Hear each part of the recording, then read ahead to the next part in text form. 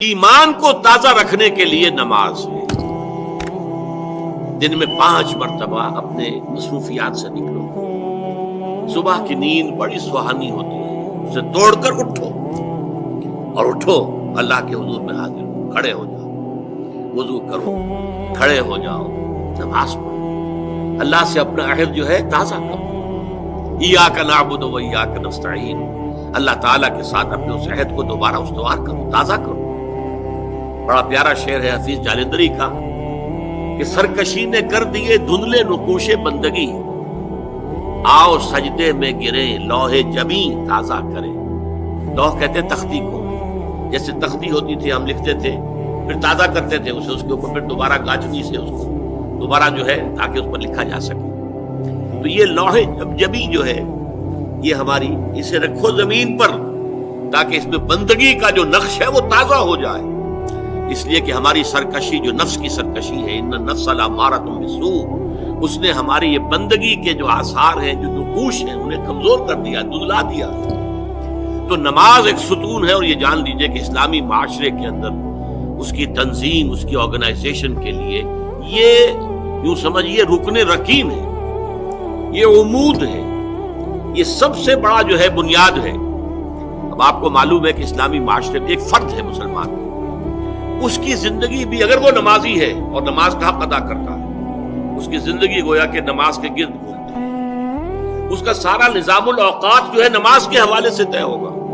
فلاں کام کرنا، اچھا بھائی عصر کی نماز کے بعد وہ کوئی ایسی اپائنٹمنٹ نہیں کر سکتا کہ جس میں عصر کی جماعت جو ہے اس کا معاملہ جو ہے وہ خطرے میں پڑ جائے۔ مغرب کے بعد اس کا سارا معاملہ چلے گا، اس کا روٹین جو ہے اسی کے گرد گھومے گا۔ یہ گویا کہ کھوٹا ہے جس کے گرد اس کے معمولات زندگی جو ہے، اس کی چکی جو ہے وہ چل رہی ہے۔ اسی طریقے سے معاشرہ اب 5 مرتبہ دن میں مسلمان مسجد میں جمع ہو رہا ہے، ایک امام کے پیچھے کھڑے ہیں، اور ایک دفعہ ہفتے میں جو ہے بڑی آبادی کے لوگ جو ہے مسجد جامع میں جمع ہو گئے۔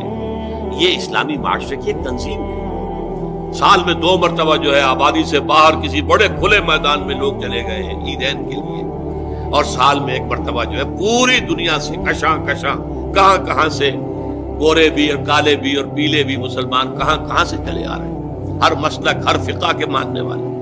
یہ ایک تنظیم ہے جو نماز کے گرد اور حج کے گرد ہو رہی ہے، اور یہ نماز جو ہے در حقیقت بندے کا تعلق اللہ کے ساتھ استوار کرنے کا سب سے بڑا ذریعہ ہے۔ اس لیے کہ ہمارے معمولات جو ہیں وہ ہمیں اللہ سے غافل کر دیتے ہیں، ہم گم ہو کر رہ جاتے ہیں۔ بڑا پیارا شعر ہے اقبال کا، کافر کی یہ پہچان کہ آفاق میں گم ہے، مومن کی یہ پہچان کہ گم اس میں ہے آفاق۔